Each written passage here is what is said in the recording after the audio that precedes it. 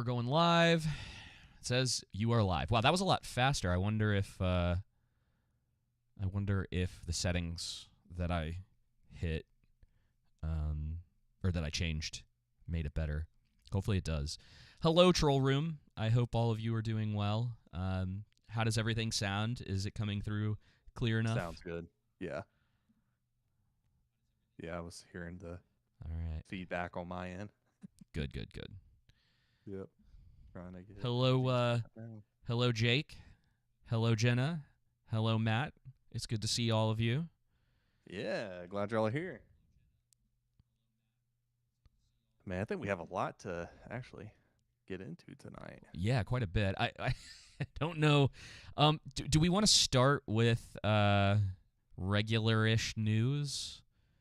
Yeah. I think talk about FNAF. Yes, we can talk about FNAF last. But I think... Oh, yeah, let me take this off. We're not going to talk about The Equalizer 3. Yeah, we'll save that watch for that. another We time. are going to talk about Fast X and then Snow White. And then also I we're wanted to talk about... Yeah, we're talking about Fast X. Okay.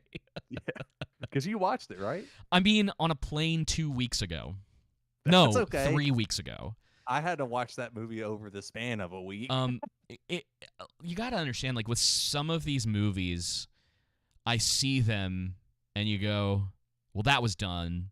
And if we're not really taking the time to break it down, talk about it, do the whole deal, it's out of my head probably within the week. Because there's just, I don't have the, I can't take up the brain space for it, you know? Yeah, no, I completely understand. I'm just talking about, like, general thoughts. It's real stupid. Yes. There's no way, and it's been this way since at least 6, but I'm sure there's an argument for everything that came before that too. It's just like they do stupid things that no one should be able to do / should be able to survive. Right. And it was fun at first because you're like, this is really stupid, but by the time you get to the 10th movie, it's just like, I think, and I don't know, I guess the numbers are still okay for him. I haven't really checked. Yeah, I think they did. I think it did 750. I'll check. It's just so boring now. You know, like the meme is essentially played out. Yeah. The lifespan of it, especially for me, I'm just like, these are copy paste movies for the most part. They just kind of switch up some of the scenarios in which this stuff's happening. Yeah, and they don't flow well at all, which, I mean, I'm all for leaning into certain funny aspects of the film. You just got to make sure it's an enjoyable film. You can do both well. Yeah. It doesn't have to be a poorly written film and also absurd. You know, it can be absurd and a well-written film at the same time. And I think that's what people forget. And I don't, you know, for me, I only watched the first two, and I rewatched the first two recently. And I watched a bit of the 9th movie, only a little bit, not much. But pretty much I'm jumping from those 2 movies to this movie. And, you know, of course, I've kept up with the memes and I've seen clips of different ones that just, you know, after the first 2, I wasn't longer. And, yeah, it's just, the 10th movie is really boring and bad. So I hit record. Hang on, I shouldn't have done that. I should have hit record first. I forgot. No, you're good. Let's see. Okay. Let's see if the stream's okay. Is the stream okay? Yeah, we're good now. Yeah. Are we good? Yeah. Everybody around? Hopefully, I didn't mess that up too much. Nah. Sorry, folks. Fresh after about a second. Okay. This streaming software is some of the worst. Where's my stream health? Headaches. Yeah, it's miserable. But yeah, I can't get rid of this stupid error either. With Fast X, like, I enjoy the morality behind it, like, and the encouragement of family and how family centric it is. There's a good elements and ideas within it. Joseph, I don't know if I would really like praise the Fast and the Furious movies for their morality. I just meant that side of it. That side. It's very like. but it is very up and down as like far as morality is I, concerned. I get And it's where you're also coming from. very, just pun intended, ludicrous. Yeah. This 10th movie they found a way to make interesting boring.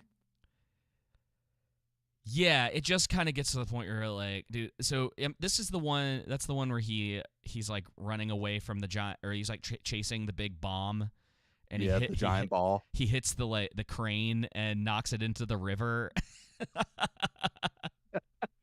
Yeah, it seems like this is a movie made by a boomer. You know what I mean? I guess. You know what they would like is like this is for me Expendables with cars. Yeah, it's definitely gotten there, I'm sure. But yeah, man, I don't.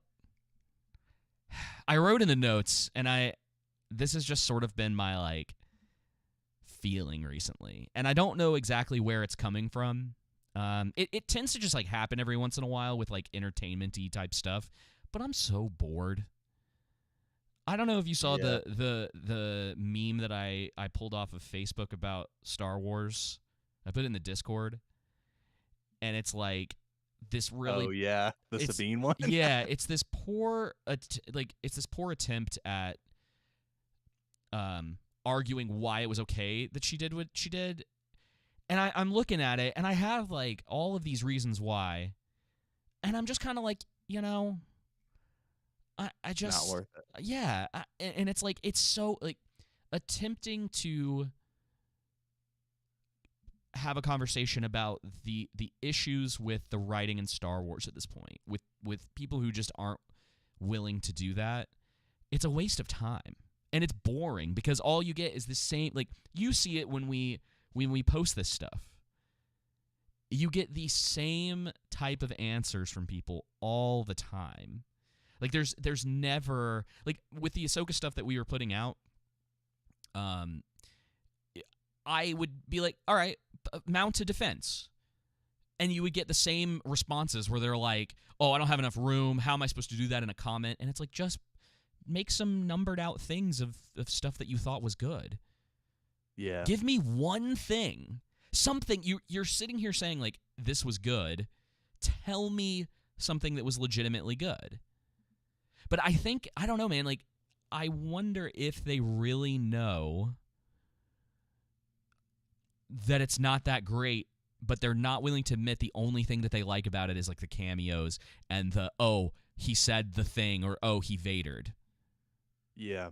They're not thinking out about it from a story element, just more so if they really enjoyed the world, the nostalgia and everything they've grown up with, and what makes this IP special to them, right? Without like taking a bird's eye view of it and just taking off the rose-colored glasses. That's what I had to do with The Hobbit. 'Cause at first, I mean, you know how big I was on those movies at first, Yeah, and then over time, I'm like, this really isn't. Eventually those glasses come off. But I never really engaged with you, though. But here's the thing, though. Even when I had those glasses on, I wasn't saying, David, you're an idiot. You're stupid. You're this. You're that. Oh, my gosh. You're just a hater. You know what I mean? Right. Well, and it's fine. It's like, because the thing that I think you have to come to, especially when it comes to, like, entertainment, like, it's fine if you like something that isn't good. The weird thing is, like, unless you like The Rings of Power. Right. That's not okay. Well, there's a lot. I've met a couple people that, like, very much aren't in the same, like, internet world that we're in that liked it, or, like, said that they like it. But the thing is that I think if you challenge some people, they kind of realize it. But the problem is that whenever I've just stopped doing that with a lot of people, because I know it's like, oh, well, now I think you might be right about that, and I have to, like, think about it.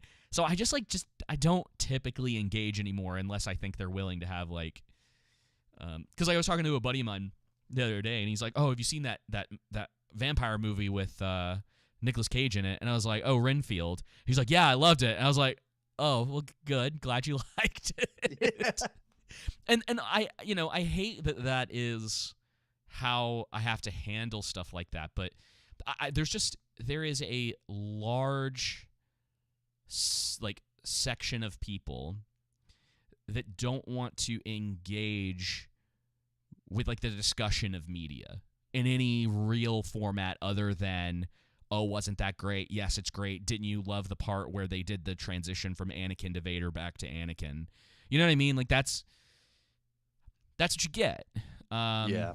And it comes from a lot of places, and even on like the internet, and you see this a lot. Like there's a lot of Star Wars fans that like really don't like what they would consider like toxic negativity around the series. But after a while, wouldn't you be like, I mean, I don't know. I guess it's not true, but like you'd think you'd be like, all right, well, maybe I should try. Like, let's find some of the people that aren't like losing their minds about it, which is what I've always thought we've done. I've always thought we've been relatively level-headed about this stuff. Like, it's we have fun. It's just media. I agree that we've been pretty, there's probably been a few times where we gotten too carried away. And of course, it's one of the things we've always said. We're always happy with getting carried away and or with talking about any movie or film to admit our wrongs and be corrected. That's one thing that is important to us, because we're not, a lot of times we get people who comment and think that we are, but we're not trying to rage bait anyone. No, we're not trying to rage bait anybody. We're just things just to get clicks. And honestly, talking. Yeah, I'd love it to open up a discussion. The problem is that most of the time they don't want it to go beyond trying to like quote unquote call someone out for like being a hater or whatever. Yeah. And it's like, I'm fine with healthy disagreement. Disagree with me. Let me know where I'm wrong. Have fun. Joke with me. I don't care. I don't care if you make fun of me. Like if we're making fun of you, Yeah, mount an argument. That's all. That's like all we're asking for. And just to let you know, the budget for Fast X was $340 million. And then the box office was, we'll just call it $705 million. So it maybe made a little bit of money. Oh, probably not. Okay. Yeah, well, maybe probably not. Yeah, well, the budgets are probably. How much it costs to have Brie Larson in the film? You know what her residuals probably are on that.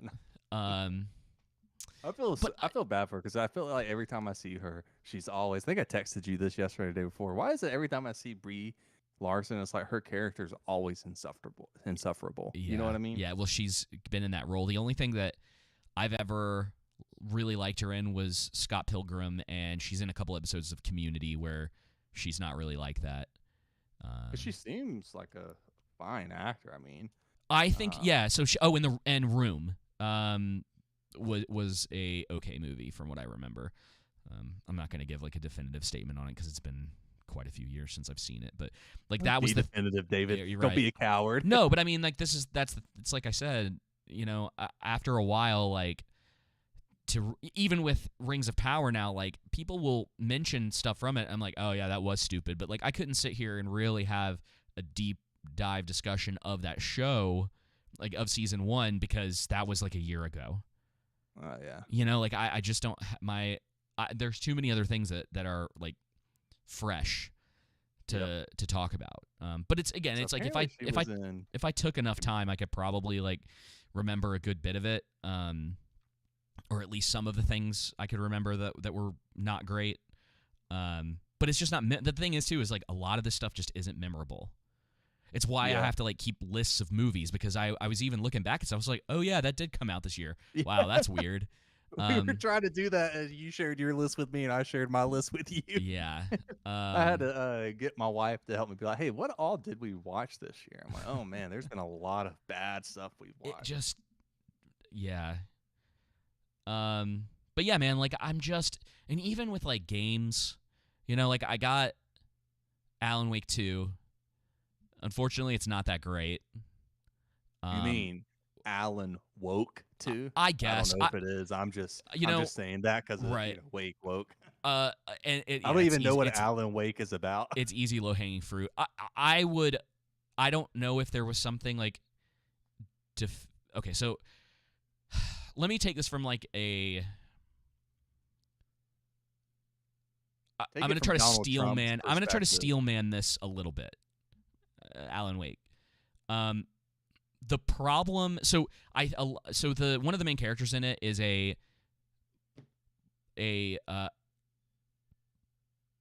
black female FBI agent, and she's just like and this is where the problem comes in, and where some of the legitimacy to that complaint probably is true. She's, as of right now, what I've played of the game, she's just super great at her job, and like her partner, who stands around and doesn't really do anything and like lets her do all of the work. You know, at the very beginning of the game, like they have to let you know that he gives her this massive compliment, like, "Oh, you're such a asset to the force," blah blah blah. You know, so it's like really like it's really forced dialogue. So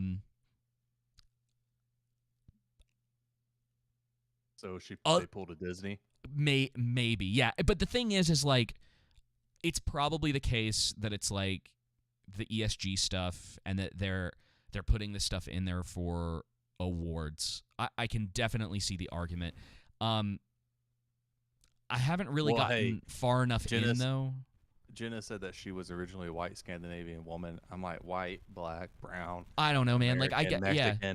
I don't care if they work for the FBI.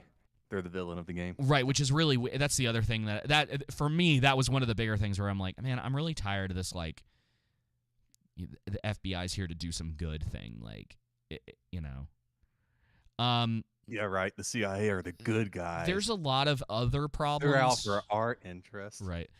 There's a lot of other problems, and it's just kind of this thing that, like, I'm tired of just, like, boring. Like, it's just like it's a pretty boring, frustrating game. Like, you wander around in the woods, and, you know, the atmosphere is not bad in a lot of places. Like, I think some of the design in the game is all right. But you don't fight anything. And I don't know if you ever played the original Alan Wake, but like it was kind of this arcadey third-person shooter. Like these are the guys that made Max Payne back in the day. So like that's kind of where their bread and butter was. And even Control, which it came out in, I think, 2019. That was kind of it's kind of got an arcadey shooter feel to it. Like you get all these special powers and you're flying around and shooting enemies and doing the whole deal. And then you get this game, and it's an hour before you actually really fire your weapon at an enemy. Yeah. And you go, all right, like, I know they're trying to, like, go for something. And, like, it would be less egregious if there actually was, well, the combat's not that great. But, like, so it's hard to really talk about this in the light of, like, it would be better if they did this. But there's just a lot of...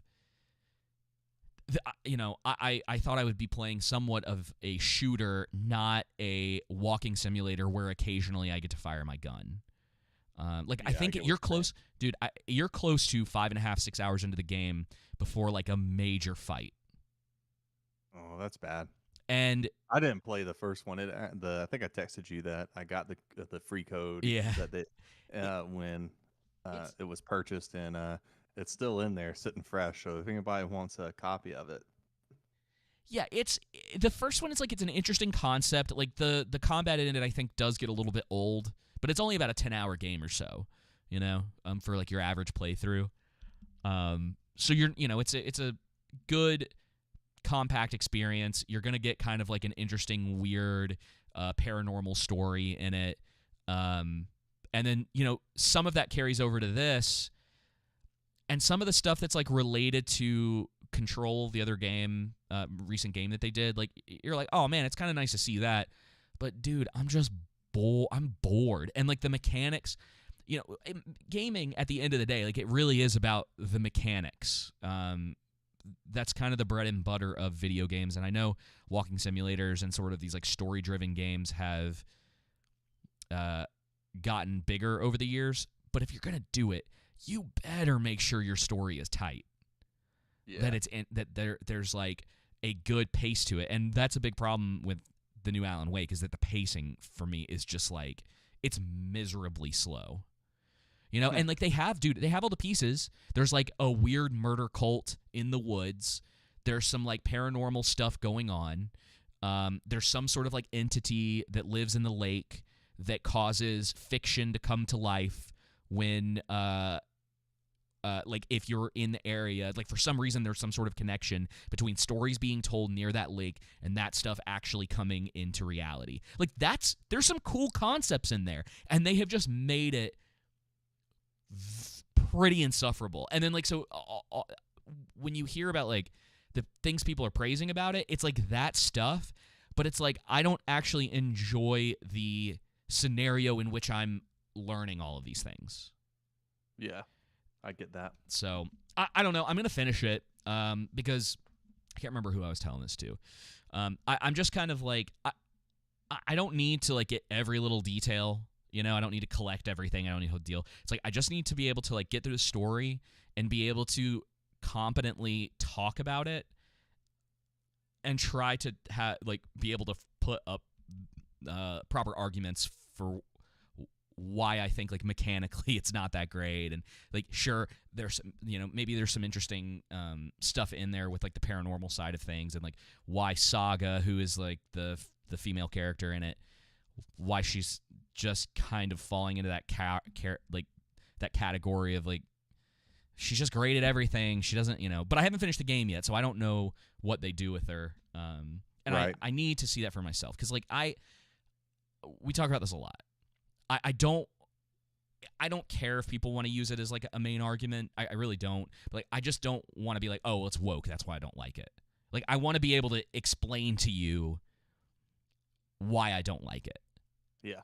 Because it's just not fair, because we can't in your have Donald that Trump voice, right? Yeah, we can't have open dialogue. Like, hey, dude, if we got on here every week, legitimately, if we got on here every week and we were just like, this is woke, don't get it, and we just kind of, that was the surrounding of our whole conversation, I'd be just as bored as I am attempting to have these other conversations with people where the dialogue doesn't really go anywhere.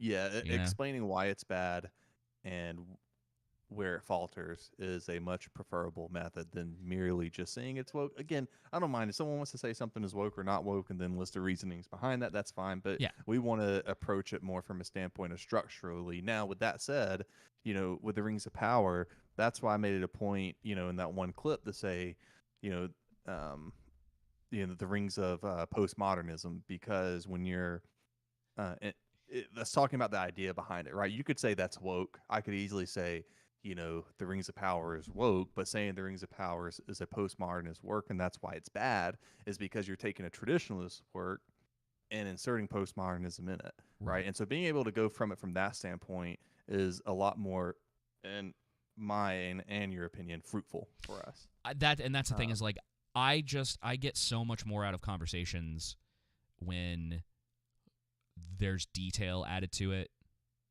Yeah. And it's not just like, because I get it, like, yeah, you know, it's one of those things where they're like, man, Hollywood is so liberal. It's like, yeah, dude, they've been liberal forever. Yeah. Like, that's not, we're not, you know, any sort of revelation. And like, I was listening to, do you remember Nina Infinity? She used to be on. Yes. So she had Mahler on and they were talking about House of Usher. And I don't remember what one of the other people that they had on there was just so hung up on like the political side of the show, like the stuff that they were doing that you could call was like say was owning the Republicans or whatever. Like part of the concept of it is that one of the main characters, who is probably death or the devil, it's kind of hard, like it's not clear, but they're sort of like manipulating everything that's going on in the show, which isn't really a spoiler. Like it's a main part of what's going on in the show. I didn't realize Hillary Clinton was in the show. Right. Well, they do this. There's this scene, and this is the stuff. And I agree with Mahler on this, that I would just prefer that they left real life situations out of the fiction. Personally, like it's not that you can't allude to, you know, say Vietnam, like they did in The Creator, or you know, World War II is really popular to kind of write your fiction around those kinds of things. But you don't want it to be on the nose. I don't need the creator to literally go, this is Vietnam. Yeah. I don't need that exactly. in the fiction. So anyway, there's a scene in there all where these like Korean people coming out yes. with the robots. So I'll just call her Death. But she has a conversation with one of the characters about all of the other people that she's made deals with. and it's like there's a lot of Republicans in the pictures, and they were kind of hung up on that it was Republicans, and I think Lindsey Graham was in there, and it was a really funny moment because they were like, oh yeah, and Lindsey Graham. And then they all had this kind of realization that they're like, oh, well, maybe Lindsey Graham should have been on that list. Yeah, right. And it's like, see, this is the thing is like when we get stuck, and this is something that I like desperately try to avoid. Political brain rot. Yeah. We go back to it where it's like I just don't want it to come to a point where it's like I am personally offended by the creative work. At this point, you would think, dude, honestly, you would think between South Park, OG Family Guy, The Simpsons, pick any of your other sort of like edgy, like Always Sunny in Philadelphia, even like Seinfeld and some of this stuff from the past, you would think that the sensitivities towards like the things that you disagree with in media, like that we would have a higher tolerance for it. But sometimes it doesn't seem to be the case. And again, it just this does kind of go back to my boredom with things where I'm like, I just don't care to have that conversation. And so I it's something I actually appreciate about Mahler, where he goes, yeah, honestly, he's like, as far as I'm concerned, I'd prefer that they didn't put this stuff in the media. And like that's where I stand too. Like just leave, unless you're actually doing like a biopic or something along those lines where it makes sense that there are certain things that are in there that you're talking about, or even if it's like controversial stuff, like I'm okay with that. But when we're talking about like actual fiction, like I don't need Harry Potter to like flash images of like actual politicians that the creators of that think are bad, Yeah. Like and it probably falls into some of the stuff that we were talking about with Starfield, where it's like, do you really need to do this? Like And really but that the thing, important? Yeah, but that's the thing is like sometimes people just don't want to have those discussions. They just want to be mad and call you like they want to call you names. And again, it's just like, this is so boring. It's like, can you at least, if you're gonna call me a name, can you at least try to be creative with it? Like, I don't know. It's like, thanks for the engagement, I guess, but yeah, I get you. Speaking of that, it's the one thing I texted you. I don't know if it was today or yesterday, but I said one of the things we have to answer or respond to, I should say, that I wanted to. Yeah, I wanted us to, I should say, is the numerous comments we got on our Ahsoka video across all platforms that said it's obvious you didn't watch Rebels or Clone Wars, otherwise you'd understand Ahsoka. So David, I'm gonna give you the floor on this one. Oh, bro. Okay, so Rebels is not that good. Just that by the way, that you have to do homework in order to yes. So or not only that, or wait for a future season 2 to understand season 1. Yeah. So here's the thing about it, right? Is that like that's the argument? Okay, so the argument, the biggest argument that was mounted against us with Ahsoka was, well, you didn't watch Rebels. So I took some time, and I'm actually gonna try to get back to it. Dude, it's a kids show, and it's not a kids show in the sense of like it's created in a way that adults can really get in. Like it does. It's not like Mario. No, it's like super simplistic, and it's not that engaging. It is very, and the art, like, yeah, the design of it, I like, the way the artwork is in the show, it's very similar to Cocomelon. Like I guess that is, Quinlan's reference to that was much more accurate than I had even originally thought. There are some interesting things in there. Dave Filoni only wrote 10 or 15 episodes of Rebels. Yeah, but he had, what was it, Jon Favreau or whoever? No.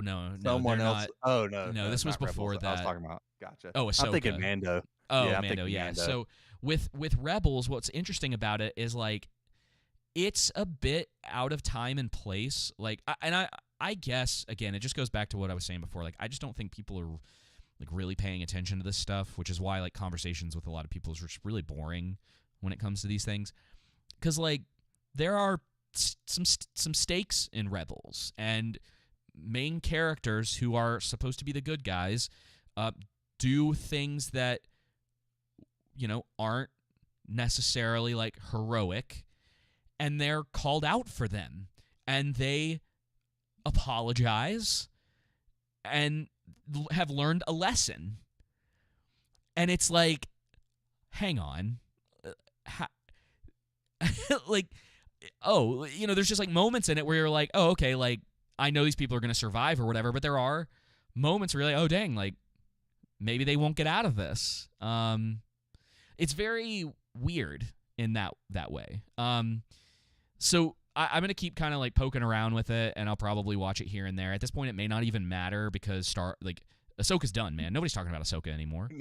Jenna said, if you call Clone Wars a kid's show, I'll throw you in the mines myself. Yeah, well, Clone Wars is a kid's show, so what channel did it air on?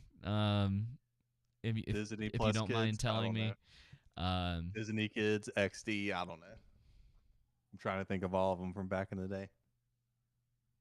But, yeah, no, it just cracked me up getting that comment over and over and over again. You just don't understand. And it's like, well, do you want to help me understand? But no, I can't do that. It would take too long. Like, okay, thanks. That was the best. It's too long to type in an Instagram comment. But like, then why are you here? Yeah. In order for me to understand Ahsoka season 1, the incredible, impeccable, hard to understand Ahsoka, I have to go watch another show. But my whole thing was that I want to respond to all these people with, have you seen Better Call Saul? There's a great example of, I don't have to go watch Breaking Bad to understand Better Call Saul. Would it give probably more depth to the characters? Are there some things I would understand more deeply and everything like that? Yes, but the one thing, okay, more so in the first 5 seasons than the last seasons, or was there 6 seasons of Better Call Saul or 5? I don't remember. I haven't watched more it so yet. in the last season than the previous seasons. Definitely in the first 4 or so. You don't have to watch anything regarding Breaking Bad to really understand it. It stands on its own. Yeah, I saw something recently where one of the actors said that he would actually recommend watching Better Call Saul first, and then because it's since it comes first in the timeline. Yeah, but it stands on its own. I don't have to go watch another show to understand it. Yeah, and that's the point that I'm trying to get at, is that Ahsoka should not be a sequel to. It's also still stupid. Rebels. Yeah, it's like the argument. Like, okay, so here's the thing: if we're saying if they wanted to do a sequel to Rebels, they should just made Rebels season 5 or 6 or whatever. Sure, it should have just been called Rebels or something that's like close to it, and been like, we're going to continue the story of Rebels in this.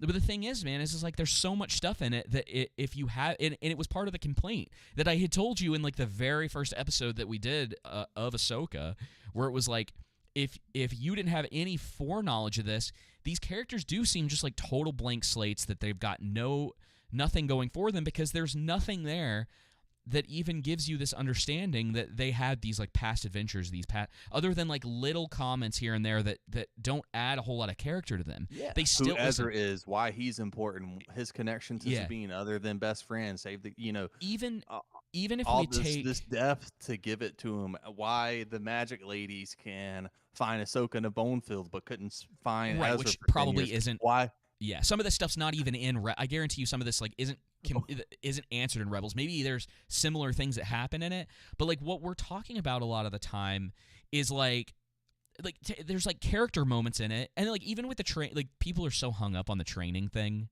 I swear that that someone on Facebook is listening to our show, because I'll get these memes on there every once in a while, like that one I put on there where it's like there wasn't any training. There was no training done for her to be like as competent as somehow she becomes by the end of the show. It just happens because the story needs it to happen. And like I'll get these memes about that, and then people are putting stuff on there that's like, well, the Force has hang on, I wrote it down. Let me pull this up. The Force has a will of its own. Yep. And you're like, what does that mean? Yeah, and we got that comment a lot regarding our Obi-Wan criticisms. And it's like just an excuse for bad writing. Yeah, that's what it's come down to me, is that the Grand Admiral uh what's his name in Obi-Wan or Grand Thrawn. Imperious, whatever.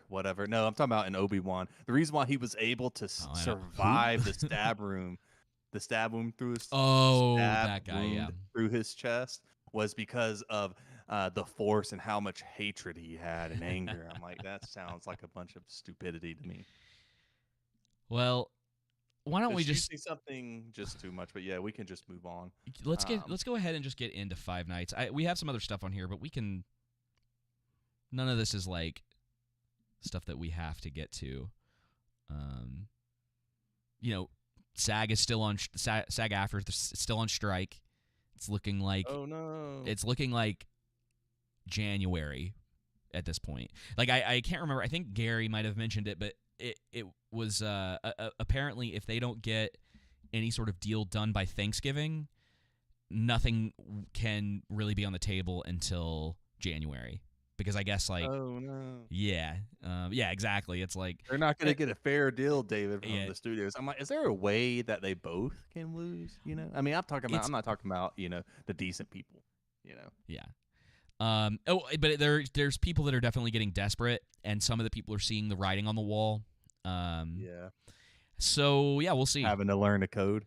Yeah, the work is also drying up in certain areas of California. So like you have, your full-time actors, but then you have a lot of people who it's just like it's part-time for them. They're still trying to quote unquote make it. And it allegedly a lot of the work in these areas is drying up. It's going to other parts of the country because they're getting better deals in these places. I hope they find work, I mean, whatever that may be, whether it's acting or not, or another line, The thing is, like, this is the part of the process of don't hate your audience. Well, not only that, but and this is the thing that, and I can be argued out of this. I think it would probably take quite a bit, but you do sort of like make your bed in the business that you decide to go into. Yeah. So if you decide to do something that is kind of like high risk, high reward, like acting, you make your bed in that. And if that's something that you're trying to get, like you're trying to get to a point where that's like your full-time thing where you're getting paid to do that, in a way it's like that's a pretty like schwanky job. No matter what kind of money you're making. Now I understand that like California is really expensive, but again, like these are the risks that you take in that. It's that way with like pretty much any business that you go into. Like you could like look at a lot of college graduates. And how many of them like took a risk spending a lot of money to get a degree, and then they get out and they're not even doing anything that was related to their degree. Hey. You're talking about me here. Well, sure. Like I'm talking about a lot of people. And like there's so many. And look what I had to do. I had to move across many states to go work in an industry where I was working 70, 80 hours a week. Right. To try and advance myself. And my family. I'll say this because I feel like we've talked about this in the past. I don't either in private or on the show. Certain things require sacrifice. Yep. And I think that we are living in a period of time where self-sacrifice is not a common trait. And I obviously mean that in a very specific sense, because I think obviously that can be taken out of context. But what I mean by that is, like you said, if I got an offer tomorrow, that was a really, really good opportunity, but it required me to pick up and move like across the country. There is sacrifice in that. Or even if it was like you're kind of weighing the good versus bad in a situation. Like it's not a 100% guarantee, but if it works out, it's something that is like massive in, potential like career opportunities, right? And you have to make those kinds of decisions. Or if like the place that you live is outrageously expensive and you realize, well, I have to move for my own like for myself, like I have to get up and take everything. And it's kind of a small deal, right? But I think like that's kind of where it comes in is like I think that for whatever reason, the culture is pretty like risk averse at this point. They're, depending on what we're talking about, they don't have any problem risking other people's stuff or lives or whatever the case may be. But when it comes to like taking kind of on that personal responsibility, if you decide, like, again, with the actors, right, or you decide to be a writer in Hollywood, you are taking a risk, and yes, you might get screwed over by someone in that industry, but it's like you're a little naive to think that you're going to go out to Hollywood and become like the next Brad Pitt or, Tom Cruise or whoever, especially this day and age, that you are the person that's going to become wildly successful. Because more often than not, that's not the case. Right. What's it called? Survivorship bias, to where you focus on the positive results rather than the plethora of results showing the exact opposite. And you don't necessarily it's good to take risks. Like, people need to take risks. I don't think that everyone needs to sit around and just get that desk job or whatever. Yeah, people have to be able to do certain things that they're like, man, I really want to take this opportunity to try to do this. I think it's great. I also think it's fine if you're just like, I need to have like a stable job. It's personality sometimes that mix into that. Anyway, but that's the thing with like a lot of this stuff going on. It's like it's hard for me to really feel bad for a lot of people, and especially after like COVID and a lot of the other stuff that happened, where it's like, y'all were some of the most insufferable people on planet Earth for 3 years, and now you're looking for like support from the outside. Yeah, and so it just makes me roll my eyes. Like, especially coming from our standpoint as Christians, trying to balance all that out. Like, obviously there's love and care for these people. We don't want them to be stranded and, not have work, but there's work for them to seek. That may not be in acting. It's hard for me to get behind you, like behind, SAG-AFTRA and or the studios as well, and kind of support them when, again, we have this history here of them showing us how much they hate us. Yeah. You know what I mean? And the thing is, but also telling us. Let me just put it this way, right? I think it's a fair enough thing to say. Dusting your sandals off and leaving. Yes. Because pretty much that. And again, I reiterating, I hope they find work that may not be in acting, but something to where they can have be provided for, provide for their families and stuff like that. We're certainly not wishing ill on them, but as you just said, in this situation, it's kind of like dusting our feet off. Yeah, you just kind of go, you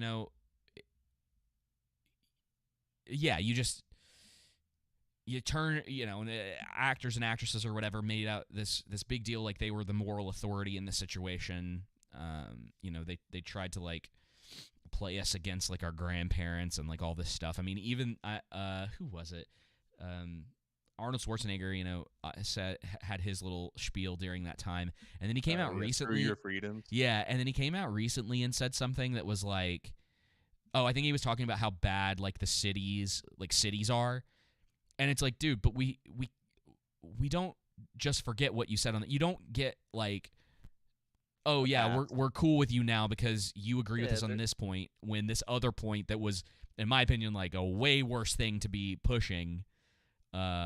It's like there needs to be accountability. Is all. Sure, and that's the thing is like, and that's where I'm at, because like I think that there seems to be there's a couple things in culture. Whether we're talking about like our side of things, where you have like people who have said just like some ridiculous stuff in the silly like entertainment side of things that we cover, or in like the bigger aspect of things that there's not a lot of room for like redemption for people or grace for people.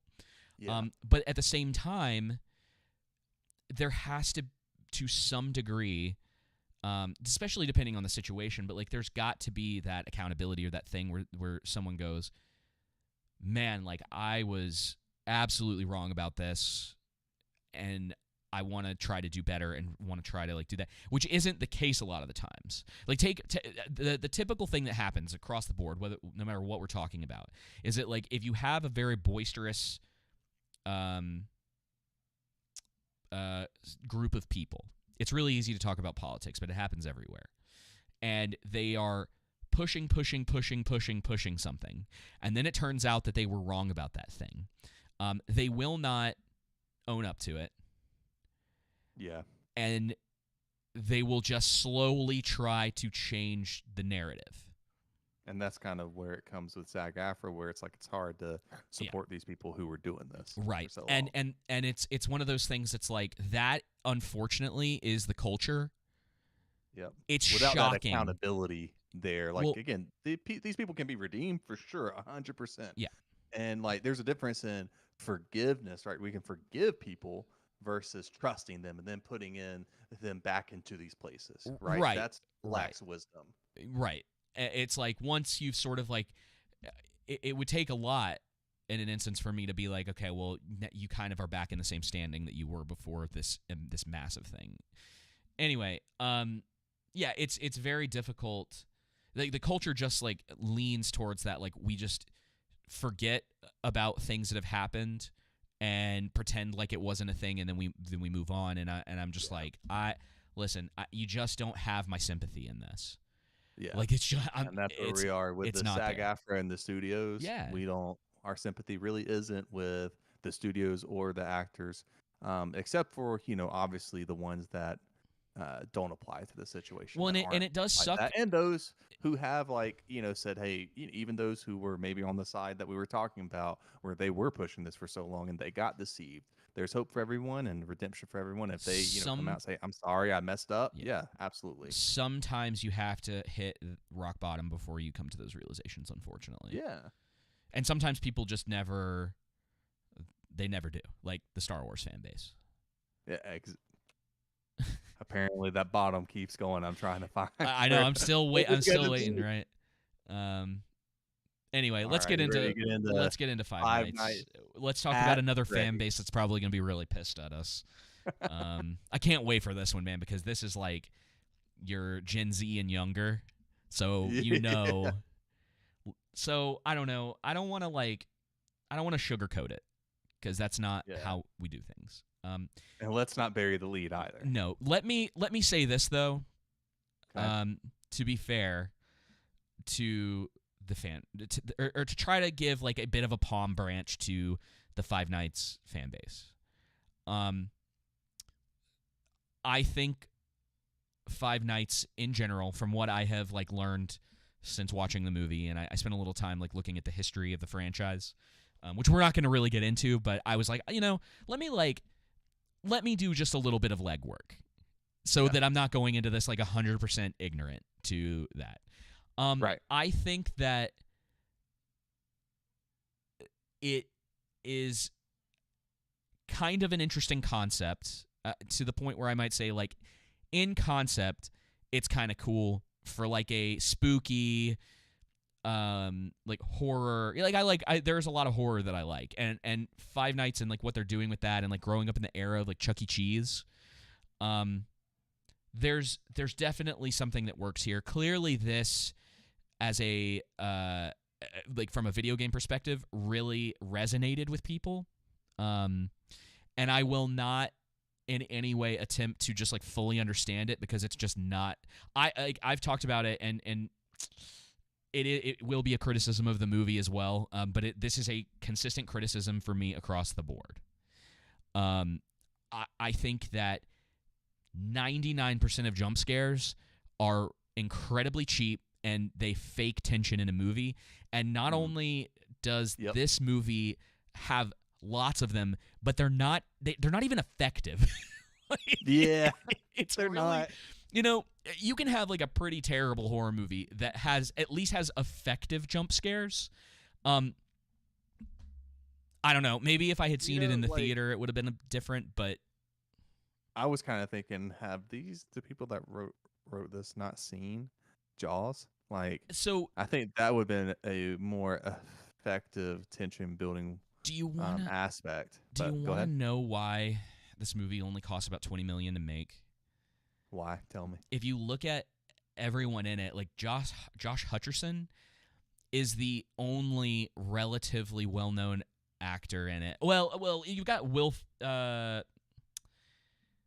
on. I was about to say you got old But Matthew Lillard. Matthew in Lillard. there. Okay, but so as far as I'm concerned at this point, Josh Hutcherson and Matthew Lillard are like kind of in a similar tier.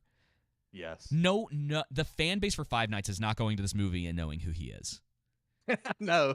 That's more of a reference for someone my age or your age. Yeah, because you're big into the Scooby-Doo movies. No, he's in he's in Scream.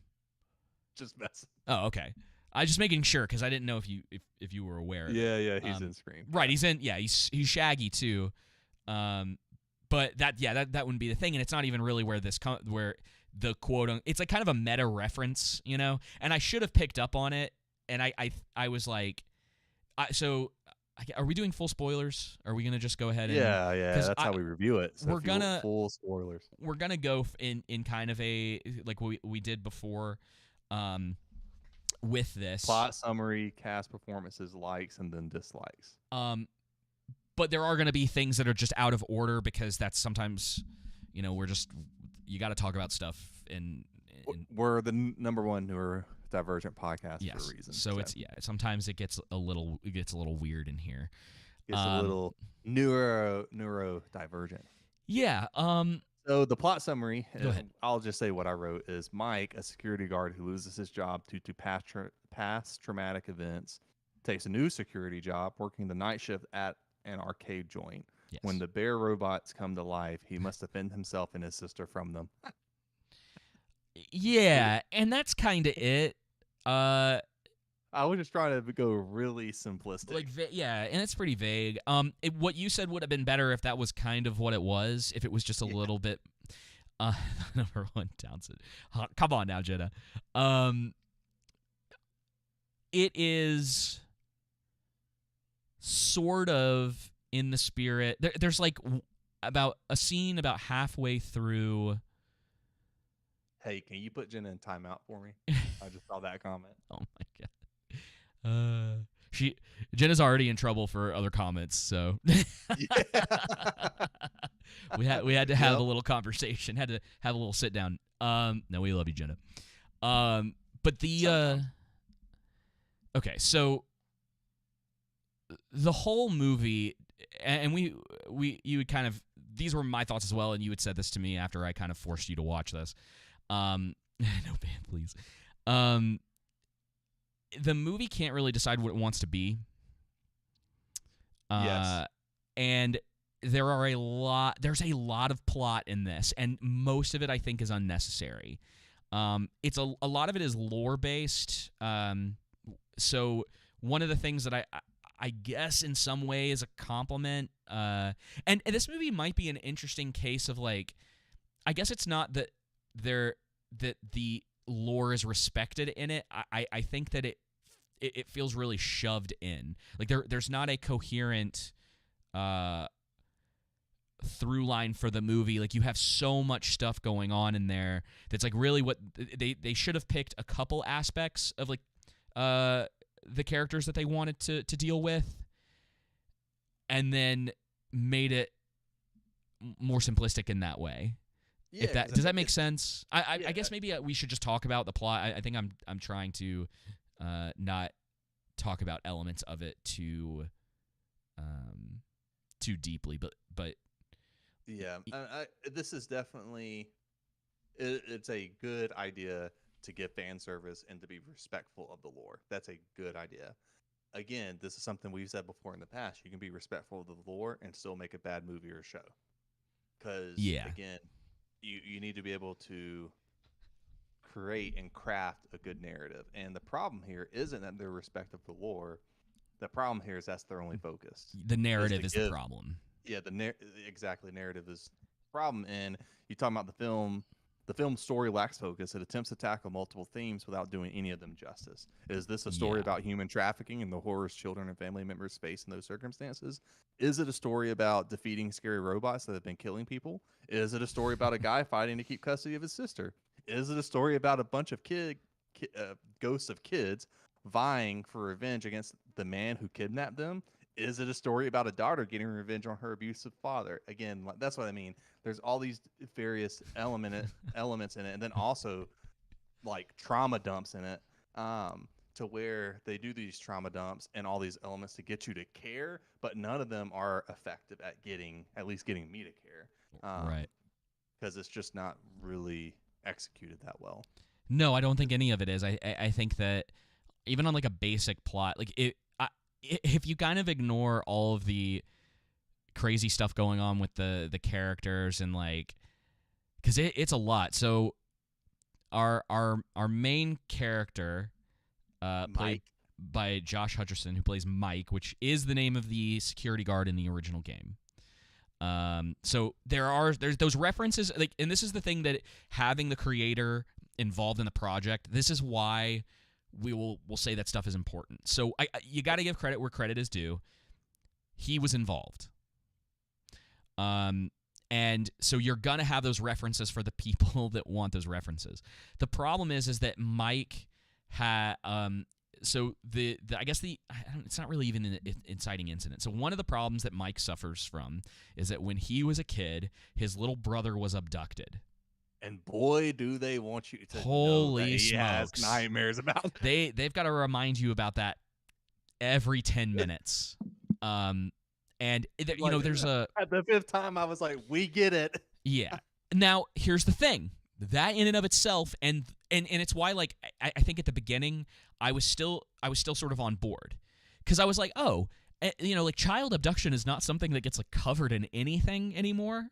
Yep. And so I was like, that's kind of refreshing in a way for, like, the genre that we're talking about. Like, that's not, usually it's like, just not that, for whatever reason. Like, they always go down the route of, like, some other sort of, like, traumatic experience. But, like, I don't feel like child abduction is one that gets used for,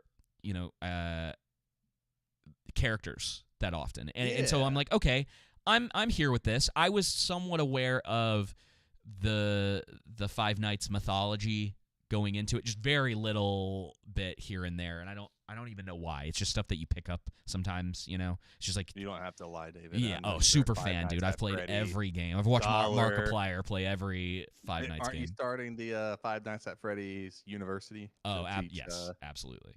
The history of it. So, there's some interesting stuff there. He has a sister now, and then, like, I guess you could say sort of like the inciting incident for why he's in the place that he's in his life is that he has hang-ups about what happened to his brother because he blames himself for it.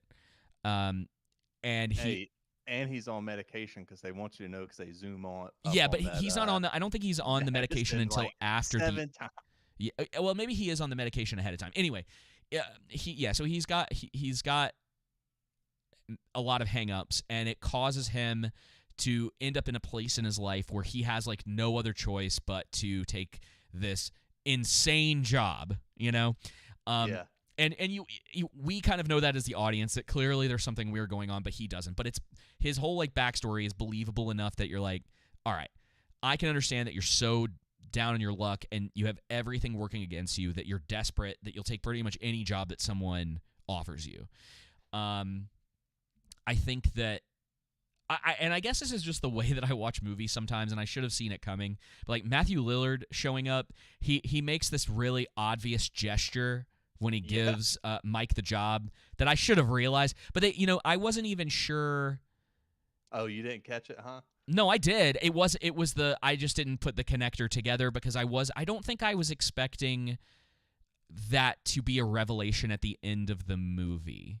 They don't really talk about the owner of Five Nights still being around so much. Like, it's so vague, the way that they handle it, that I was sort of like, okay, it must just be like, and that's the thing is, like, a lot of the stuff was like, okay, I just need to see where they're connecting these pieces before I pass any judgment on it.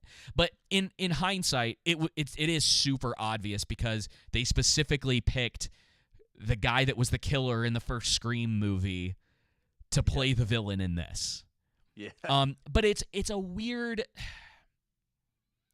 It's weird because of the way that the plot is structured. That he's only like really the villain for the last 10 minutes of this 2-hour movie. Yeah, if that, right? So it's strange, and again, it's where sometimes it feels like it was more of a let's give the fans what they want than something that really needed to be put into it. Yeah, for casual viewers, I think right. one of the problems is that the trailer should have refrained from showing the robots immediately alive and active. Yeah. I think if they would have gone again, I think I said earlier, more how the structure of Jaws is carried out, that the film should brace its and fully embrace its archaic, eerie, and funny elements, because obviously they didn't want to lean too hard into the horror elements for it being a PG-13 movie, even though they do kind of push that to its fullest extent.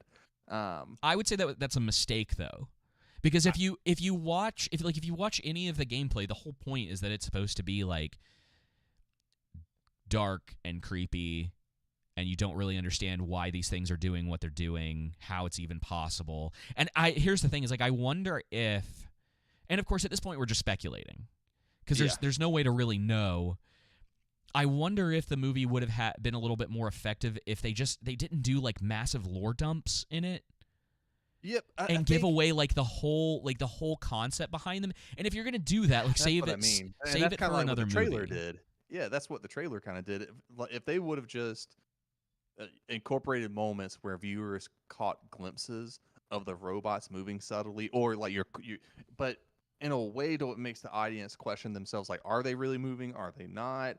Kind of similar to the tension building approach in Jaws. Yeah. Then I think that would have been more effective at getting the scariness across, and all these things are happening. Yeah. Well, because here's the thing, man, is like you can do creepy PG-13 movies. I mean, like The Grudge exists. Yes. Like, I don't know if you've seen it. That movie terrified me growing up. Like it is good. It is one of those. It's one of those movies that, like, if you hear the noise that the girl makes in that, even today, like I was putting something like a little spooky thing together for work, and I used that sound at one point in it, and it still makes your hair stare up a little bit on your neck. Like there's just something. Sound design, and I can go into like a whole rant about the way this stuff works, because I think like horror in a lot of ways, for being a pretty simplistic concept for movies a lot of the time, there's a lot that goes into it, and a lot that tension building and what makes things scary isn't always just what you see, but like you were saying, like all 5 senses. Interesting sound design, glimpses of things, sort of like not really knowing. And of course, the biggest problem, I guess it's a problem, but maybe I don't mean it that way. One of the things that you're challenged with is that a lot of people who are going to see this already know. But at the same time, maybe that's fine, because I think that they were going to like whatever came on screen as long as it was the franchise that they knew, and that it was done respectfully to that. And I think as far as that stuff's concerned, I mean, I think we both agree that the design of Freddy and his gang, it's excellent. Oh yeah, it's exceptionally designed. The animatronics in this are fantastic, and that's one of my likes. It's also one of my dislikes, that they weren't utilized enough. Yeah, there's too much human drama in this, and this is a constant complaint for us with this stuff. Is that, like, I think movie studios are afraid to embrace that other side. Yeah, this really appeared like the studio opted to make a safe adaptation of the video game, focusing primarily on satisfying the dedicated fan base, which is great, but they failed to create a compelling narrative that could engage me, the casual viewer. Yeah. And I mean, this movie had roughly a $20 million budget. Like, you can do the math as far as that we'd double it if you want to, whatever. But it made $130 million over the weekend. So it's already successful. We're going to get a sequel. Oh, yeah. This is probably going to be a franchise. And my hope is, legitimately, I hope that the next one's better. Yep. I hope that they potentially actually listen to some of the criticism, and because this is the problem, and I, Jenna mentioned it in the troll room earlier when we were kind of talking about stuff. She's like, yeah, don't become Friday Night Tights or Geeks and Gamers. It's like, I kind of respect what they do to a degree. I don't always agree with them. And one of the things that I'm at the point now where, I think I've come to this conclusion that it's like using Rotten Tomatoes scores as like, critics don't know what they're talking about. It's when it comes to this, like, that's not really a fair comparison, because the movie is not an 89%. I don't care what I don't care about the audience score near like as much as I don't care about the critic score. Yeah, it's like, but exactly. I think in this case the critics were a little bit closer to being correct than the fan base was. Audience. Now it doesn't matter because the movie or the series has a built-in fan base, so it was going to probably make a insane amount of money anyway, even being on Peacock. Yeah, as a second platform, it still did great. It's pretty impressive how well it did. Now, that's again, and it's why I it sounds so bad. I want to put the olive branch out there to the Gen Zers and any younger people who might hear this. I don't think this movie is very good. But what we're talking about is the ways that we legitimately would like it to be better, because there is so much potential for what's been given. But I guess the thing is like, don't be like the Star Wars fan base. Like, don't be blind to like that nostalgia so much that you can't see the failings of this stuff. It's like, 'cause there's stuff in it, man, that's like obviously ridiculous in the sense that, like, so one of the big plot moments in it is that there's a group of people that are paid by, and this is, we haven't even talked about the aunt in this, where she's like kind of the villain of the movie, but this is the problem, is that like the movie's not focused enough in certain not even on the antagonist. Yeah, so she's kind of the main villain. Like, she's one of the villains. There's like three you got to put them into groups, even though two of the groups are only like one person. But you have the bad people about halfway through the movie who break in because they want to make Mike look bad. Now, this was one of the things I picked up on right away, because they go, oh, well, we need to break in and make it look like he's bad at his job. Here's the problem with that. They break in after he's off the clock. Yeah. And then they try to say that... Not while he's on the clock. Right. And then they try to... and here's what I think might have happened. Maybe. And this is where the bad writing aspect comes into this, is that they try to do this thing where they, like, after the fact, try to tell you that, like, he forgot to lock something up. The problem is that they show him locking the building up. Like, so he's trying to take like, he clearly is trying to be... that too. Yeah, he's trying to be responsible. So as a viewer, I go, well, he locked up. You are showing me that he locked up. There's no evidence in that if you go back and watch it. And this is what you do, is like, maybe you do something where, like, he gets distracted and he puts the lock on, but he forgets to close it. If you're trying to convince me that was the case. And the thing is you can film that in post. If you go, oh crap, that's an easy correction. It's a really easy correction that they didn't do. So their correction was to get Vanessa to tell him in a random scene, well, you forgot to lock something. And he just believes her. And it's like, that's supposed to be the thing that's like, oh, well, he did it. And I'm like, it's not. No, you don't just get to do that. It's like, it's a ridiculous premise that they got in the daytime when he's not on his shift, and that he's responsible for something when he was off the clock. Yeah. It's goofy. Exactly. And if he is, like, goofy. Yeah. And she was trying to use, like, all of this, like, police stuff or whatever to be like, oh, I can't remember. Oh, it's like, it's criminal negligence or something like that. And I'm like, this is really not. I don't think anyone would press charges for this. And buy that, yeah. And, speaking of Vanessa, so I couldn't place her, right? I recognize the actress, but I couldn't remember what she was in, and it was driving me nuts, and I eventually looked it up. So she's barely been in anything. The most notable thing she's been in was the first season of You. Oh, she was. Have you Was ever? she You the, haven't seen love that? interest? Yeah, I have. Okay, yeah, she's the girl Oh yeah, in season one. In season one, right? Yeah. Whose name that show sucks. But yeah, it it does. and I just don't think I don't know. I know sometimes like I think maybe we're pretty soft on actors and actresses because we don't always feel like it's Their fault. always on them. She's real stale in this. They were trying to go for this weird like mystery thing, and I could like. Here's the problem: is like you saw that cop car that she was driving because the whole idea is that she's supposed to be like a cop, and I was like, that car looks really dated. And Her dad bought it for her. Yeah, I was like, is it convincing that that's what she's supposed to be? And like, Mike just sort of seems to go along with it. And I guess it was just because of the budget, so they just got a really old police car because they don't look like that anymore. And I think it's supposed to be set in like 2023.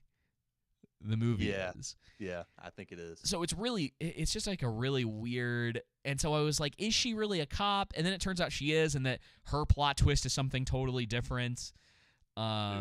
Speaking of plot twists, yeah. Good night. Too many plot twists in this movie. Yeah, there's like 6? Yeah, something like that. Oh man, it's hard for me to remember all of them, but I just remember like plot twist, like yeah. How it's like they said. I wonder how many plot twists we could fit in this movie. Let's see. And they keep coming. Yeah. And you don't care about any of them. They're not subverted in any way. No, and none of them are really that great. And it's like it was like obvious that Mike's brother who was taken, there was going to be some sort of connection to, and again, these are convenience things too, right? It's so convenient that Mike happened to walk into the office of the man who kidnapped his brother. Yes, right. He it's like everything in his life led him to this like specific point. Yeah. And it's if like he would have never tackled that dad. He never would have been in that position. Yeah. Really convenient. And I know. So yeah, and then you have like, okay, so let's see here. Let me get back to my list. I don't know if I really feel one way or the other. I think most of the acting in this is pretty flat. Yeah, I agree. Did anyone stand out for you? Maybe the little girl. Like, I don't know. Like, everybody's acting is pretty, right there. But maybe the little girl actress, I thought, well, all things considered, she did a good job. But, like, none of these actors have much to work with either dialogue-wise. Like, they're trying to take chicken crap and make chicken salad with it. You know what I'm saying? It's I all of them are pretty. It's like either it's like the ant is like generic evil ant. Yeah. It's not as bad. I don't know if the dialogue is. Is there any part that's as bad as like the Rings of Power dialogue? Like, you have not seen what I have seen. No, Galadriel. Blah blah blah blah. No, you have not seen what I have seen. Sometimes with these kind of movies, it's hard because I'm like going in knowing that it's not going to be good, and so sometimes I can't remember anything in particular. I think again it's less that like there's specific goofy stuff that was said as much as it's like Vanessa's character basically is in the movie to do Five Nights at Freddy's lore dumps. Like you're going along in this movie, and Mike is like, "Oh, there's some stuff's happening." We get that opening scene with the other guard before Mike, who we don't really get any real like understanding why they killed that guy, other than that's just like what they do, I guess. From what I was looking at, apparently, and we know like they're controlled by. We find out later that they're controlled by Matthew Lillard's character. But like, I don't know if there was like why are it? It's like he's controlling them, but why did he kill the security guard? Yeah, right. What was the purpose? Yeah, because in the games, allegedly, just from what I had seen, the animatronics that are controlled by the vengeful ghosts of these children can't differentiate between humans. So they have this like vengeful intent, but they enact it on everyone. Right. But in this, it is specifically said that they're controlled by the Yellow Bunny, Matthew Lillard's character. Yeah. And he has a name, and it's slipping my mind. Like there's like an actual like term. See if you can find it. But it's sort of like, okay, well then like what? The yellow one he's has just a specific name? The yellow rabbit has a specific name in that universe. I just can't remember. And he has like an actual name too. That's not what he's titled as, because that would have been insane for them to give him his actual name on this, I think. Spring Bunny? Spring Bunny, thank you. Oh no, maybe they do just give it away. See, this is the problem, is I'm just not up on the lore. But anyway, he is controlling them, but like other than he just likes killing people and using these robots to do it. It's like, all right, I mean, that's something, I guess, but it's not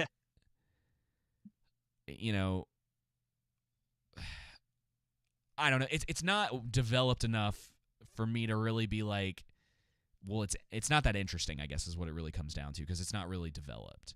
Yeah, no, I mean, the story isn't really developed that well. The characters aren't developed that well. I mean, I think the atmosphere and setting of the arcade is well crafted. I think it's pretty cool. Yeah. Outside of that, I don't really like. I'm just this didn't leave me wanting to watch the next one. Sure, I'm like, I'm good. Like, it was the only reason why I watched this in the first place was because of you. Yeah, but I'm just, I don't know. That's really all I have to say. I like the scene where all to a degree. I say like, and I'm not gonna put on a score on like 20 minutes of a movie, but the scene where all of the like bad people go in there. I don't even know how to really describe them. I guess they're. I'll call them the thieves or whatever. Yeah. That is like what I expected for most of the movie. Was like these interesting kind of scenarios like that where it's actually taking advantage of what the games were. Right. Because you can't like adapting Five Nights, if you watch like the gameplay, it doesn't lend itself to that necessarily. So you do have to find a way to craft a story around this.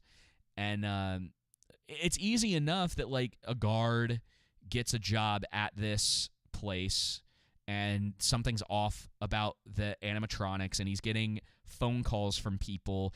I think what it is like you really could have simplified a lot of it's funny because I do feel like the movie is simplified a lot, but you really could have like toned down a lot of this, get rid of the like plot line with the aunt.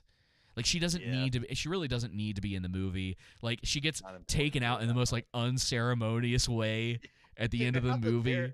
How the freaking wasn't it the bear that did it?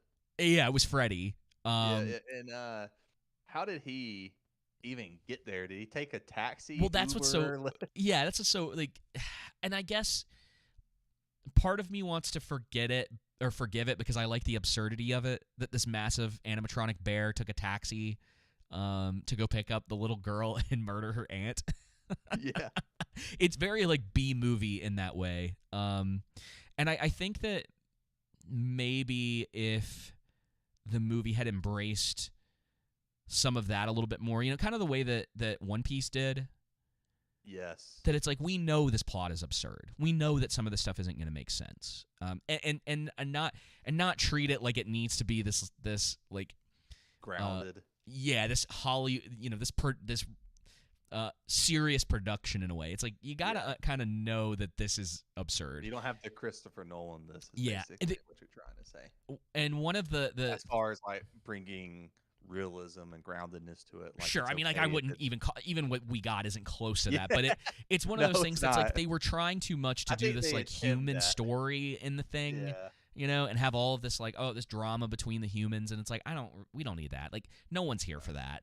That's not why people want to watch this. So it's like it's not why people continue to go see Transformers for years upon years, right? It's not why Saw was so popular for so many, even though that has an insane amount of like stupid human drama in it that some people like. I like unironically like the weird soap opera drama stuff in Saw. It's the strangest thing. That's a tangent for another time.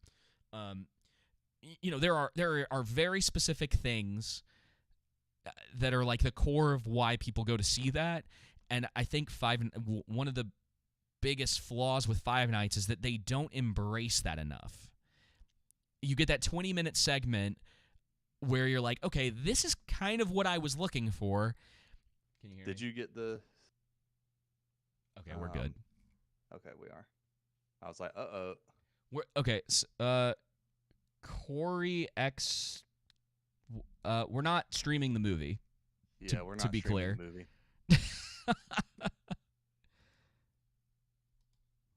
got the same warning on TikTok. I'm like, we aren't streaming the movie.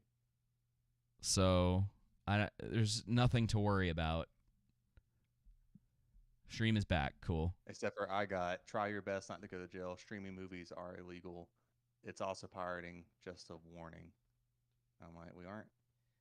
We clearly aren't. It's literally been on Josh Hutcherson's face. It's ridiculous, man.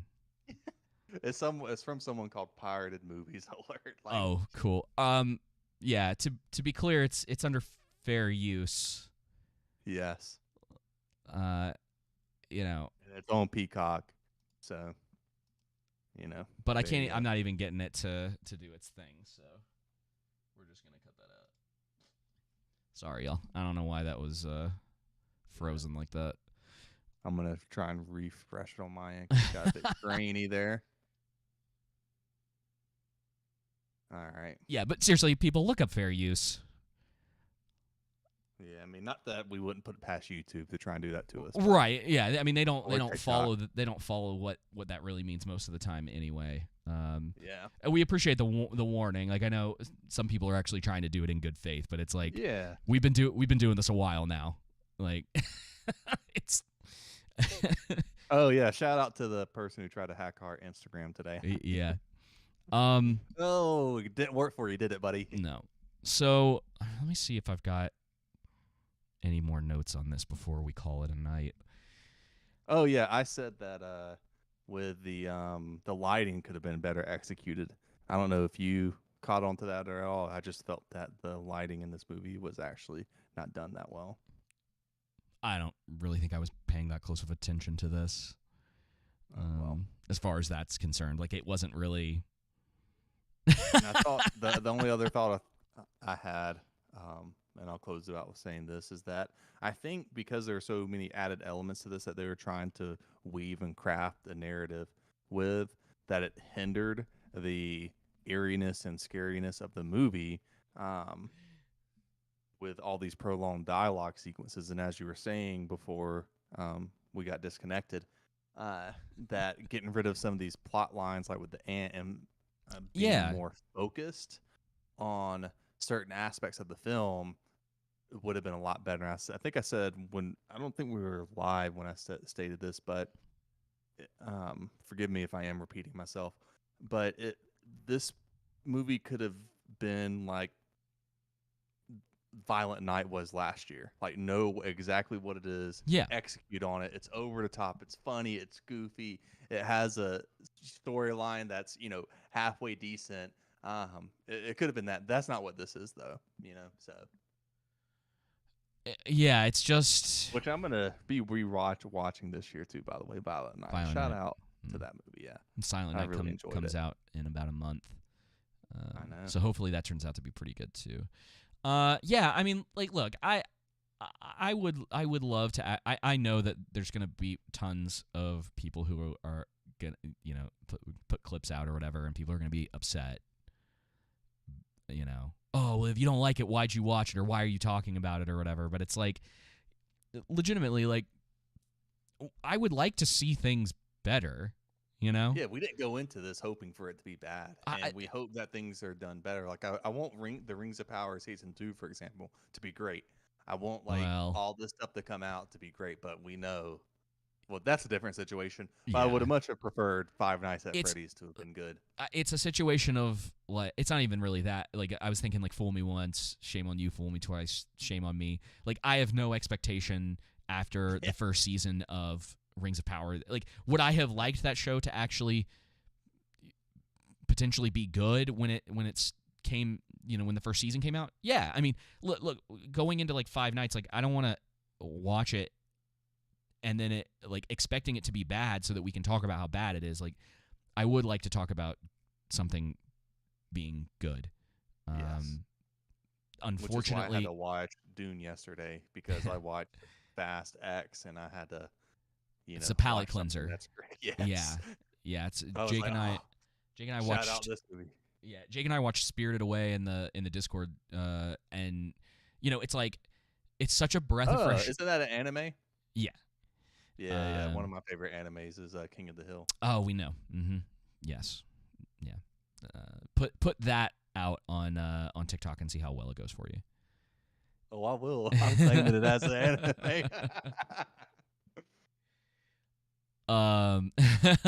But it is nice to watch stuff and go, oh man, that was good. I was like, I wish more things could be like that. Yeah, right. And we are in a season with Hollywood where that is just not the case. Nope. And unfortunately, people just really want to defend mediocre content.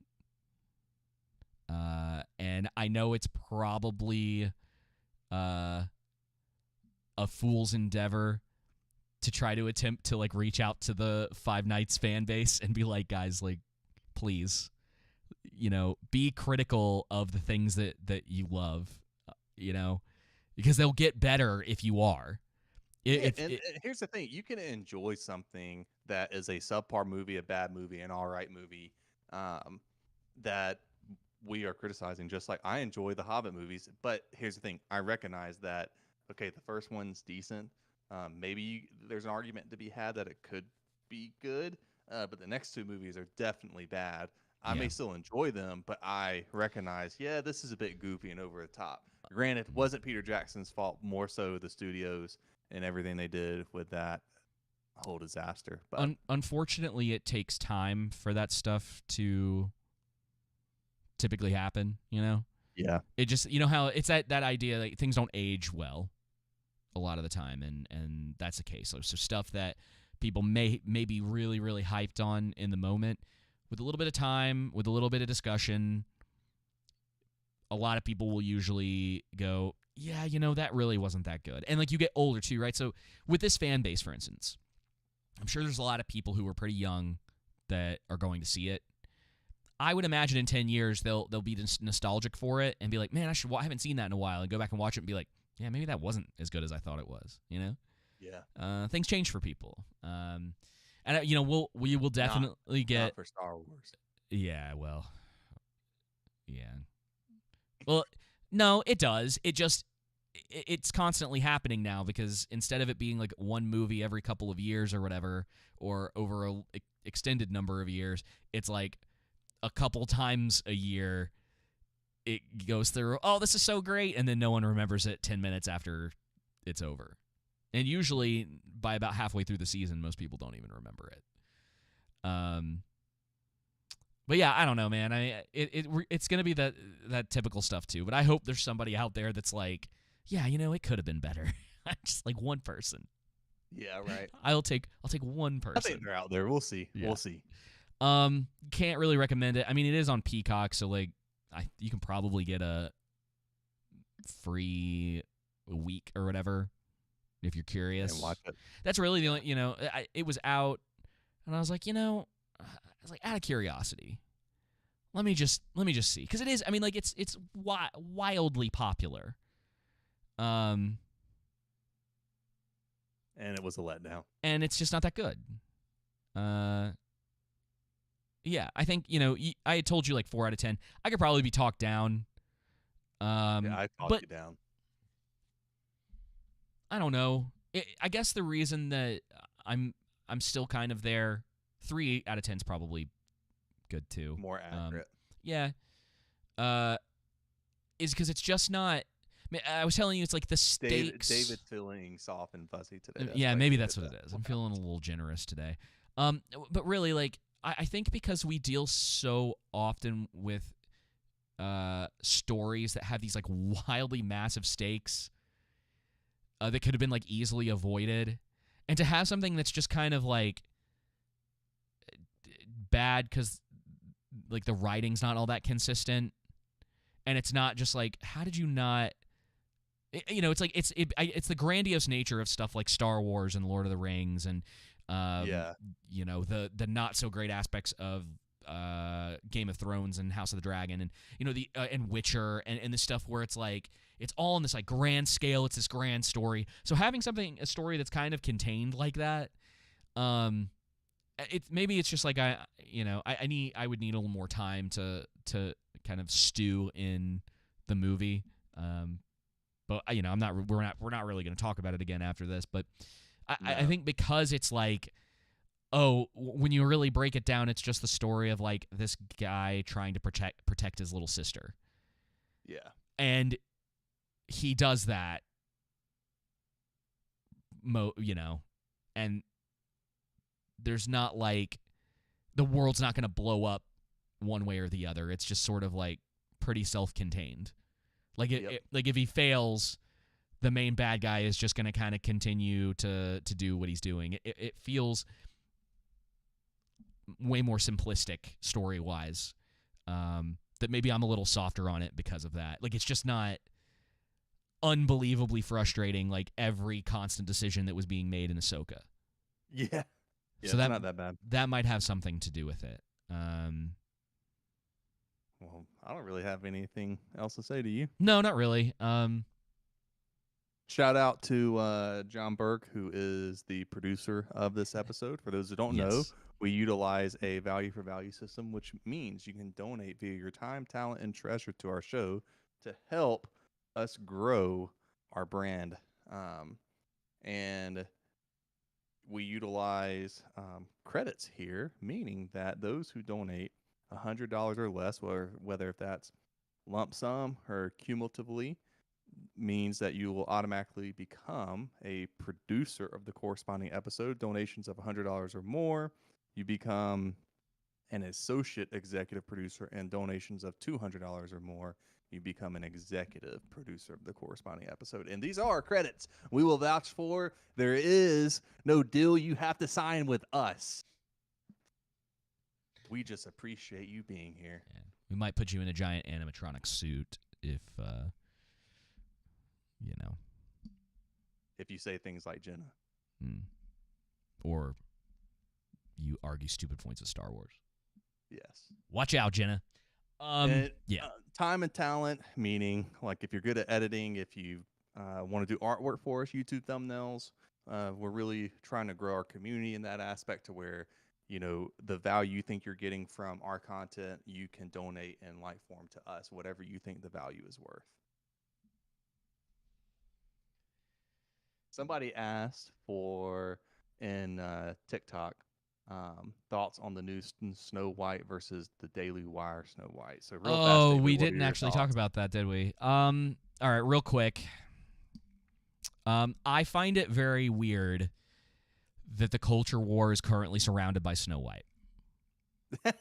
I find it weird that they're doing this movie behind a paywall rather than just releasing it. I do think when I saw the preview, it seemed like more so this is more satirical. Maybe not. Maybe it is serious. Oh, no, it's serious. 100%. Oh, it is? Because they're doing they're trying to do like children's programming. Okay. And I think that's, hey, listen, I'm all for Daily Wire producing content, putting out there being some competition to this stuff. All for it. Yeah, free speech exists. I just wish it wasn't another propagandist company doing it. You know, I mean, like Hey, let's we're just be definitely real. gonna watch it and review Yeah, it. well, yeah, but let's just be real about it. I mean, that's what the Daily Wire is. Like, it's not. Yeah. They are not unbiased in their views on anything. Hey, you know what? That's fine. We're gonna get this movie and these other movies we get from them, and we're gonna review them straight up. I mean, that's what we do. Yeah, but I'm not paying. I'm And not going through a paywall to watch Snow White. I don't heck, care. Like, look, heck no. I don't care about Snow White. This is the same thing because like when you told you went to go see Little Mermaid because of your wife, but it's like I'm not watching Little Mermaid. Like, what do y'all really want us to sit here for like 2 hours and talk about Little Mermaid? That seems insane to me. I know you put what's her name's rap on repeat. We know you listen to it. Oh, jeez. I actually had a conversation with somebody about that recently because they were like, "Oh, I should watch Little Mermaid soon." And I was like, "You really shouldn't." I can't wait till we get to the end of the year and we do our we get to let each other know what our worst movie and worst TV show and then best movie and best TV show was for this year. I'm actually really interested. I need to That's going to be a hard one to think about. I'm glad we had the list. That's going to be there's some up there for worst one. That's going to be the hardest one. But yeah, but listen, when it really comes down to it with this like entertainment culture war thing, like I think it is really goofy behavior that for a while Snow White has sort of been the point of the point of the spear for this stuff, for like the culture war, if you will. It's Why like is that? Because it's not like why Snow White?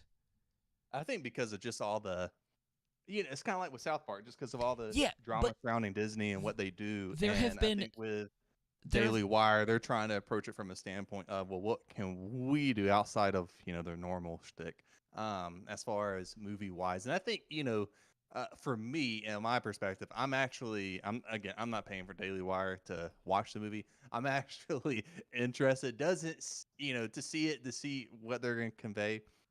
But it definitely, off the trailer, it did not strike me as, okay, we're getting something that's good quality. I hope I'm surprised though. I guess. Okay, let me put it this way: like okay, look at it from this perspective, and then we'll be done.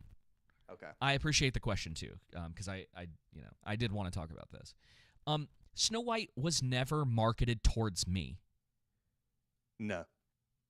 Ever. Now, I mean, like I saw it, but it was never. And so, like, to have that as the focal point of the culture war, and so many people be so focused on it for so long. Listen, I understand that Rachel Zegler has. I don't know what's further beyond putting your foot in your mouth, but clearly she has said a lot of things that someone should have been like, please stop. Like, you're nuking this movie. There used to be this thing that they did where like they would stop celebrities from giving lots of opinions about things, because they are actors, right? They're right. And so it's so strange to me to see. So I guess this is what it is. It's so strange to me to see so many people fired up about Snow White. Star Wars makes sense to me. All right, like Indiana Jones makes sense to me. Why people are so fired up?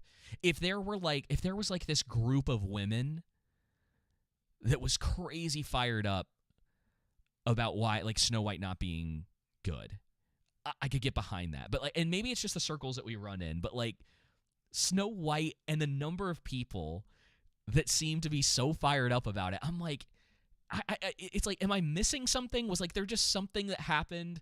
And I guess you could say like the original one is this like cultural iconic thing or whatever. But like for me, it's just like it's never held that kind of place of importance in cinema. It's their highest grossing movie ever, adjusted for inflation. Okay. Surprisingly, if I remember correctly, one of them up there. But I do like what Jenna said regarding Daily Wire, and it was to me saying why it's not going to be a good movie, and why it looked uninteresting is because that Daily Wire is just as unoriginal, and this is the current thing. And then Matthew in the troll room said, And it really is true. Matthew said, "Culture follows what the hot girls want." Maybe that's what it is, man. Maybe someone. I don't know. I don't want to think that bad because there's a lot of people that I typically like their opinions on stuff that have probably focused more on Snow White than I could care to. It's like especially at this point, and so and maybe this is hypocritical because we're talking about it, but like every time people talk about it now, I just want to be like, I just don't care, guys. If it bleeds, it leads, David. I guess that's the case, yeah. And Rachel Zegler has just made such a ridiculous, like she's made herself so ridiculous because of this situation. Like I guess that's the news. But then it's like Daily Wire coming out. It's like, dude, I was like, none of their stuff has been that interesting to me in the first place. Like, why is this going to change anything? And yeah, you're right. Like the thing that I think is a big argument for it is like, you're right. It's going to be behind a paywall. It is marketed, I think, towards little kids. It's probably not going to move the dial one way or the other. And I don't think that. Yep, exactly. It's going to go out like a flat with the wind unless they release it in theaters or not behind a paywall and put it out there. I didn't watch their last movie because it was put behind paywall. I'm like, listen, guys, I don't care. You know what I mean? I'm not going to give you my money. Yeah. Maybe that's what it is. And listen, even if it was put in the theater, I still wouldn't have given them my money. But I'm just saying, if they would have put it out for free, I would have watched it. Somebody on maybe it was Little Platoon said that like the craziest thing to see would be like this weird split in culture where you have a company that's making a conservative version and a liberal version of the same movie. Yeah. So you have one that's like more traditional, I guess, and then one that's more like culturally diverse to like check all the boxes or whatever, which even if it sounds so gross, dude. I like when you break it down for these sort of things, it's like, I don't know. Yeah, just crap the story. Again, there doesn't need to be check boxes on either side, the conservative side or the liberal side. And I guess we'll see with this, though. We'll see. Anyway, I appreciate the question, Viper. Thank you in the troll room on Ticker Talks. I've been in a ranting mood today.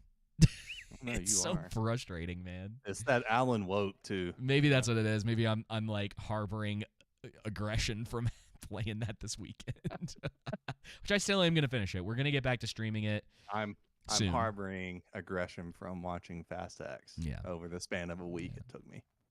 Well, we've got some other stuff to talk about next week. That was a microaggression they did to me by releasing that movie. Jenna, thank you. I appreciate that you like this version of me. Yeah, I don't know. There really is sometimes, man. There's stuff that I can't be bothered to be that worked up about. Yeah.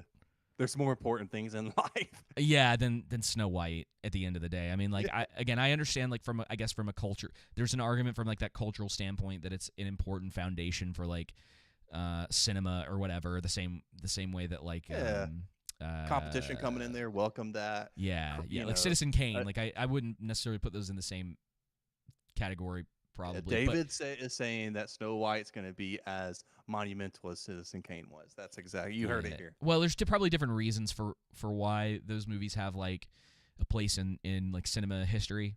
So I'm talking about Daily Wire Snow White. Oh no, yeah, no. I mean, Citizen Kane's not even really like, it's not really that good of a movie. It has News Mommy in it, so. Oh yeah, Mother.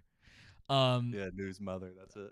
I don't know. She seems like a nice enough girl. I clearly have a bias. Hey, I didn't realize. Huh? I did not realize she could sing. Yeah, I mean, we'll see. I don't know if that one little clip is enough to gauge it properly. Yeah. But she's like, I think she's like, I don't want to say classically trained, but she was doing acting before moving over to Daily Wire. So everybody should keep that in the back of their mind when they think about her persona at Daily Wire. Because, dude, I'm telling you, the one thing I've learned, and then we'll close this out. This. Mo says this all the time. He says, pay attention to everything and the truth will reveal itself. I think it's very true. And the one thing that keeps getting reinforced to me on a weekly basis on the internet is that you really can't trust anything. Nope. You can trust us, but you can't trust anything. Yes. That's a pretty good slogan. I like that. Yeah. I'm gonna have to think about that. Trust us, but you can't trust anything. Yeah. We might go with that. People are gonna be like, "What?" All right. Thank you guys so much for listening to this episode of The Underground. We will be back next week with more news and soapboxes and jump scares. Yeah. Reviews of whatever happens to be what we decide to do on Sunday night. So we're going to stream The Rings of Power. We're just going to put Five Nights at Freddy's on a loop and get banned off the internet because we're too dumb to know that you can't stream movies on YouTube. So thank you guys so much for listening. We will be back next week. And until then, y'all take it easy. See ya. Let me see if it actually lets me end the stream. Okay. Last